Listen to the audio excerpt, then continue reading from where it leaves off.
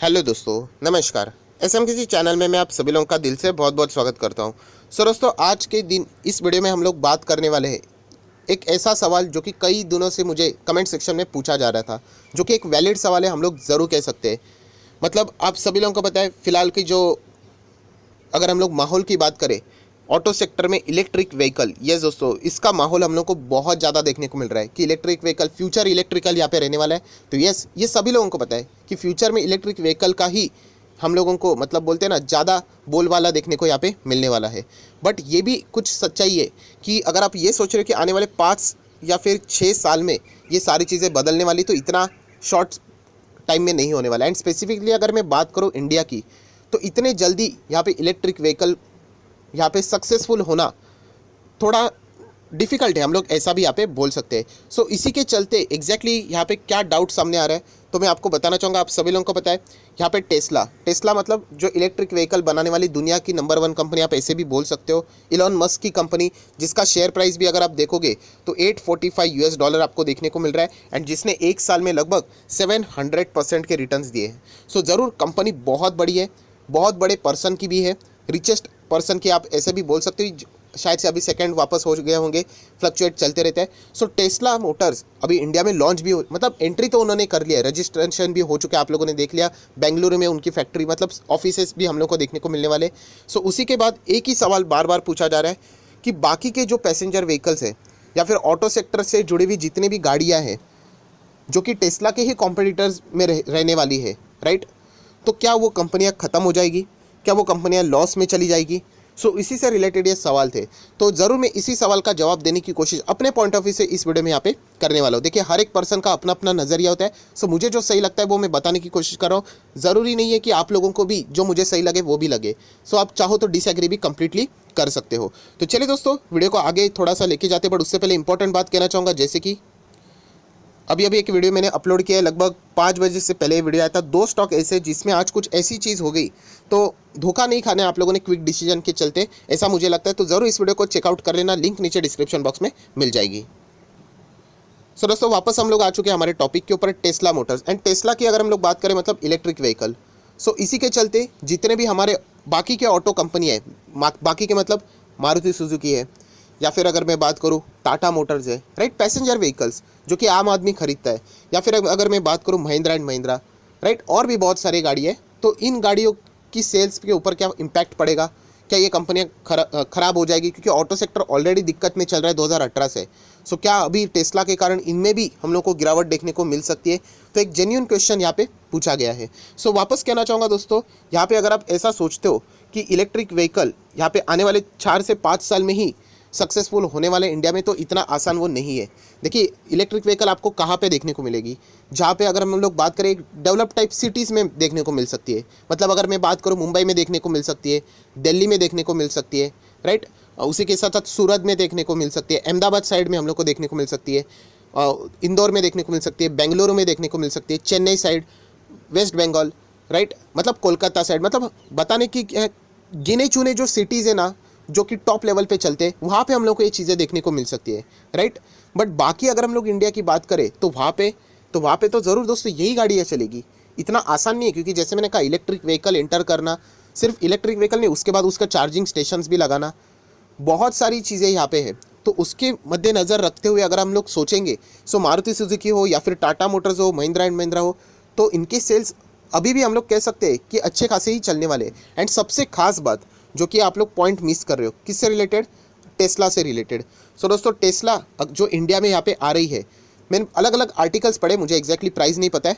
अगर मैं गलत हूँ तो ज़रूर कमेंट सेक्शन में बता देना। तो मैंने यहाँ पे प्राइस पढ़ा है कि 60 लाख की वो गाड़ी रहने वाली है। शुरुआत की अगर हम लोग बात करें, चलो 50 लाख पकड़ लेते हैं, 50 लाख से उसकी शुरुआत रहेगी, ऐसा मैंने कुछ चीज़ें पढ़ी है, गलत भी हो सकता हूँ।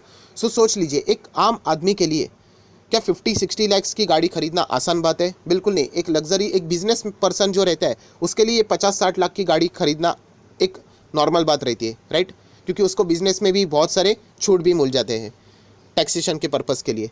सो ज़रूर हम लोग कह सकती है, इसी टाइप की जो रेंज वाली गाड़ी है, 50-60 लाख की गाड़ियाँ, मतलब BMW, मर्सिडीज़, या फिर अगर मैं बात करूँ ऑडी, ये जो महंगी गाड़ी है उनको यहाँ पे टक्कर मिल सकती है, उनको प्रॉब्लम यहाँ पे हो सकती है, ऐसा हम लोग कह सकते हैं। क्योंकि टेस्ला की अगर हम लोग बात करें, जैसे मैंने बताया प्राइस बैंड रहेगा 50 लाख के ऊपर, राइट। एंड मारुति सुजुकी की बात करें या फिर मैं बात करूँ दूसरी गाड़ी कौन सी, टाटा मोटर्स की बात करें, महिंद्रा एंड महिंद्रा, सो ये जो पैसेंजर व्हीकल्स बनाते हैं, एक आम आदमी की मैं बात कर रहा हूँ यहाँ पे, तो उनकी गाड़ी 50 लाख की नहीं रहती है, 5 लाख की रहती है, 10 लाख की रहती है, 15 की रहती है, 20 की रहती है, राइट। उससे भी हायर मिल जाएगी आपको। बट बताने का मकसद क्या है, जो टेस्ला यहाँ पे आप बोल रहे हो कि इलेक्ट्रिक व्हीकल यहाँ पे एंटर करेगा हमारे इंडियन मार्केट में, जो ऑलरेडी हो चुका है, बट ऑन रोड जब शुरू हो जाएगा तो इससे ये जो बाकी के स्टॉक है, जो दिग्गज स्टॉक पैसेंजर व्हीकल से रिलेटेड, मुझे नहीं लगता कि उनके ऊपर डायरेक्टली इतना कोई इम्पैक्ट गिरेगा। क्योंकि अगर आप देखते हो, जैसे मैंने कहा, ये टक्कर किसको देगा, बाकी लग्जरी गाड़ी को देगा, क्योंकि ये जो गाड़ी जो खरीदने वाले हैं वो रिच क्लास वाले लोग रहेंगे। सो ये मैं बात आप लोगों को यहाँ पे बताना ज़रूर चाहता था। एंड और एक बात दोस्तों, कि अगर कोई भी बड़ा कॉम्पिटिटर अगर मार्केट में ऐसा एंटर कर जाता है, तो डायरेक्टली कंक्लूजन के ऊपर नहीं जाना कि वो सामने वाली कंपनियाँ ही खत्म हो जाएगी, ऐसा कभी भी नहीं होता है, बिल्कुल भी नहीं होता है। जैसे कि मैंने बात किया था रिलायंस जियो बहुत बड़ा है, बट एयरटेल खत्म नहीं होगा, एयरटेल भी बहुत बड़ी कंपनी है, आप सोच नहीं सकते। टॉप 10 ग्रुप्स देखोगे ना इंडिया के, तो उसमें भी एयरटेल का नाम आप लोगों को ज़रूर देखने को मिलेगा। सो कोई छोटी मोटी कंपनी नहीं। जैसे कि और एक चीज़ होती है, कौन सी, LIC का IPO। जब भी LIC के IPO के नाम सुनते हैं, बहुत सारे लोग पूछते हैं, सर हमारी जो लाइफ इंश्योरेंस कंपनी वाली जो स्टॉक्स है, क्या उसको बेच के निकल जाए? उससे कोई फ़र्क नहीं पड़ने वाला है। जैसे मैंने बताया कि LIC की जो पॉलिसियाँ मार्केट में है, HDFC की भी है, ICICI की भी है, SBI की भी है, वो सिर्फ मार्केट में पैसा जुटाने के लिए आ रहे हैं। इससे ये फ़र्क नहीं पड़ता कि उनके कस्टमर लिस्टिंग हो जाने के बाद वहाँ पे शिफ्ट हो जाएंगे। सो यही कहना चाहूँगा, ये डायरेक्टली आप कंक्लूजन के ऊपर पहुँचते हो ना कि अगर बड़ा प्लेयर मार्केट में आता है तो सामने वाला ख़त्म ही हो गया, तो इतना आसान नहीं होता है दोस्तों। एंड अगर आप लोग प्रॉपरली इसको देखोगे तो आप देख सकते हो कि टेस्ला मोटर्स ये किसके लिए, फिलहाल तो मैं बात करूँ तो यहाँ पे रिच कैटेगरी के लिए तो फिलहाल तो यहाँ पे देखने को मिल रहा है। डेफिनेटली फ्यूचर में ज़रूर वो कोशिश करेंगे कि इसका प्राइस कम हो जाए, तो हर किसी आम आदमी के लिए भी वो अफोर्डेबल अगर हो जाए तो हम लोग बाद में यहाँ पे सोच सकते हैं। बट फिलहाल की अगर हम लोग बात करें, तो अगर आप ये सोच रहे हो कि Tesla electric vehicle Indian market में एंटर करने के बाद ये जो बड़े दिग्गज ऑटो सेक्टर की कंपनी है पैसेंजर वाली, ये ख़त्म हो जाएगी, तो ऐसा बिल्कुल भी नहीं होगा। एंड एक सबसे खास बात कि ये भी ऑटो कंपनियां ज़रूर रिसर्च करेगी, डेवलपमेंट भी करेगी, R&D करेगी, मतलब कि उनकी सेल्स कितनी होगी, क्या उनको फ़र्क पड़ेगा, सब कुछ चीज़ें यहाँ पे वो चेकआउट करेगी। एंड ये जो तीनों की तीनों कंपनियाँ ऑटो सेक्टर की मैं बात करूँ, ये कोई छोटी मोटी कंपनी नहीं, ये दिग्गज कंपनी है। सो ज़रूर वो भी अपने आप यहाँ पे इलेक्ट्रिक व्हीकल से रिलेटेड काम यहाँ पे कर रही है। आप लोगों ने देखा होगा टाटा की भी इलेक्ट्रिक व्हीकल हम लोग को देखने को मिली है, ये सारी चीज़ें। सो टेस्ला जो यहाँ पे आ रही है वो रिच क्लास के लिए फ़िलहाल तो देखने को यहाँ पे मिल रही है, इतना तो हम लोग यहाँ पे कह सकते हैं। सो क्या ये कंपनियाँ ख़त्म हो जाएगी जैसे आप लोग यहाँ पे पूछ रहे, तो मुझे तो ऐसा बिल्कुल भी नहीं लगता है। कंपटीशन टफ हो सकता है, बट जो सेल्स में जो गिरावट रहेगी वो शायद से लग्जरीज गाड़ी के सेल्स में गिरावट हो सकती है। बहुत सारे देखिए जो अमीर आदमी लोग रहते हैं ना, बिजनेसमैन रहते हैं, वो कुछ अलग गाड़ियाँ खरीदने के इसमें मतलब ट्राई करते हैं, मतलब BMW, Mercedes, Audi, range rover वो ऑलरेडी चला के हो सकता है, तो वो जाएंगे किधर, टेस्ला की ओर जाएंगे। बट एक आम आदमी की अगर मैं बात करूँ तो वो ज़रूर उनके लिए फर्स्ट चॉइस जो रहेगी वो मारुति, टाटा, महिंद्रा एंड महिंद्रा जैसी ही गाड़ी रहती है।